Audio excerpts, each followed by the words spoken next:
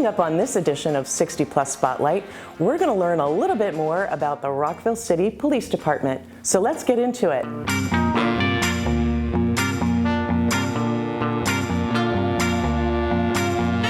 We are so excited to have Deputy Chief of Police Laura Lanham joining us to talk about the Rockville City Police Department. Thank you so much for joining us. One of the things that I like to do on 60 Plus Spotlight is sort of dispel some misinformation or misconceptions about the police department. We think of 911 and that's the only role of the police department. So can you tell me some other general aspects of the things that the Rockville City Police Department does? Thank you for having me. First of all, I'm really excited to be here. The Rockville City Police Department has many facets to it. Certainly we have the sworn officer in uniform that everybody kind of thinks about running around and responding to emergency calls for service. But those same officers respond to all kinds of calls for service, whether that's somebody who has lost an item, maybe somebody who has a child that they're having some difficulties with and just need somebody to talk to, some mental health issues, substance abuse issues, and maybe we're just out helping fire rescue who's out on a medical call. Additionally, officers are doing proactive work, and what does that mean? That means they could be inside of a school, they could be at a playground, they could be at a community center. But in addition to our sworn officers who are out on the street, we have officers behind the scenes who are in plain clothes investigating different incidents that have happened in the city. And seniors specifically, what kinds of calls and what kind of community policing? You mentioned, something minor things that you're just checking on people. Can you talk about some specific things to seniors like wellness checks and things like that? Yeah, so your seniors, and I don't want to broad brush any group of people. So certainly, when you refer to a senior, it's all kinds of people, and captivating that just by age certainly is not necessarily by ability.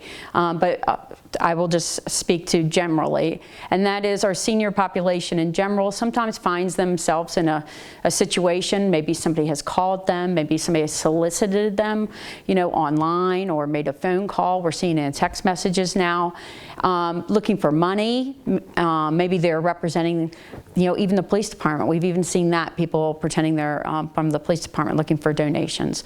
But in some form or fashion, a lot of times they are, appealing to their emotions. Maybe they're talking about a grandchild, pretending they know them, but they're trying to elicit money out of this person in some way. They tend to be very good at what they do and very believable. But we will have seniors both show up at the station to ask about it directly because they feel more comfortable in person. Then we have people call as well.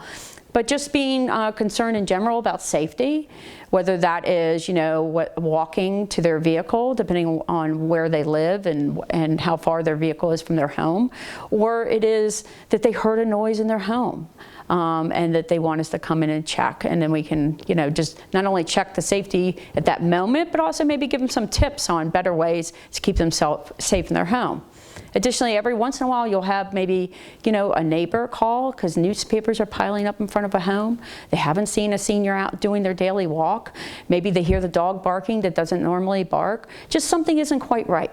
Or maybe even somebody from the senior center. The wonderful staff of the senior center knows their seniors that live here in Rockville, and they're quick to call us if they haven't heard from somebody. And so we will go out to the residents. We'll try to check on it and see what's going on, talk to the neighbors, and make sure that senior is okay. And if they need any assistance, which on occasion happens, we make sure that happens. Yeah, you mentioned, strange noises in the house, or that would go for anybody who lives alone, I would think, or not necessarily even alone. But yeah, anything strange, that could appeal to any age. If you see something, say something as this mantra. Absolutely, and I just think the vulnerable nature sometimes of people's age and ability enhances those concerns at times. And that can be obviously for any group, but especially, you don't feel quite as safe or sure yourself going down the steps to go check a noise maybe at night, and you just would feel better, and we feel better. Call us, that's what we're here for. The police academy, the Citizens Police Academy, first of all, is that still going on? Yeah, so we have not had one due to COVID. I know that we did do the City Academy virtually. And I know the city has been trying to get these things back online. There's been, I think, a little bit, I don't know if it's reluctance or people just not quite ready. So I think think that's something we're working towards still, but kind of make sure we have the temperature of the community and make sure we're serving them where they are. And our intent is certainly to do that again, but we do not have it currently scheduled. Are there other things that you do, community engagement, coffee with a cop or other things like that? Yeah, so we do everything from directed, meaning we're the ones that started. We're the ones that pick the location, and we try to pick different locations in the city to do something like coffee with a cop, where we are actually the ones starting it. But we also we're different communities or different groups, even like I talked at Montgomery College probably about a month ago.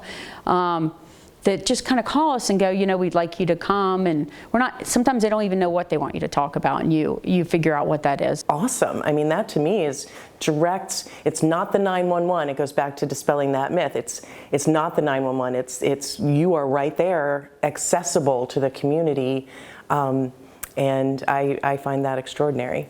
The reason the Rockville City Police Department exists is for a different level of service, and for a higher level of service, and to pay attention to the needs which the county very much may care about but don't have the time to address.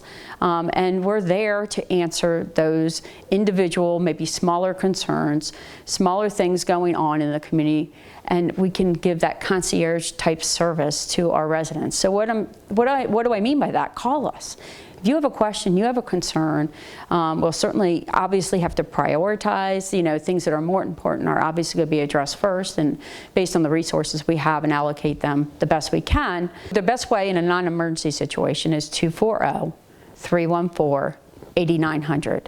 Been an emergency, absolutely call 911. We obviously want to reserve that very important number for emergencies, but if it's something where it's significant, where safety is at risk, absolutely use 911. That's what it's for. But we also we often hear from people that they feel they're bothering us, and they're absolutely not bothering us. We don't know what's going on if you're not telling us, and we are here to help you live in Rockville in a safe and wonderful community that it is, and keep it that way. Thank you so much for being here. It's really important to use all mechanisms, all vehicles, as it were, to stay in touch with the community. So I really appreciate it. Thank you for having me. If you need further assistance, if you have any question at all, do call 240-314-8800. And as always, the staff here at the Senior Center is here for you. I'm Trish Evans, Villages Facilitator with the team at the Rockville Senior Center. Until next time, Rockville.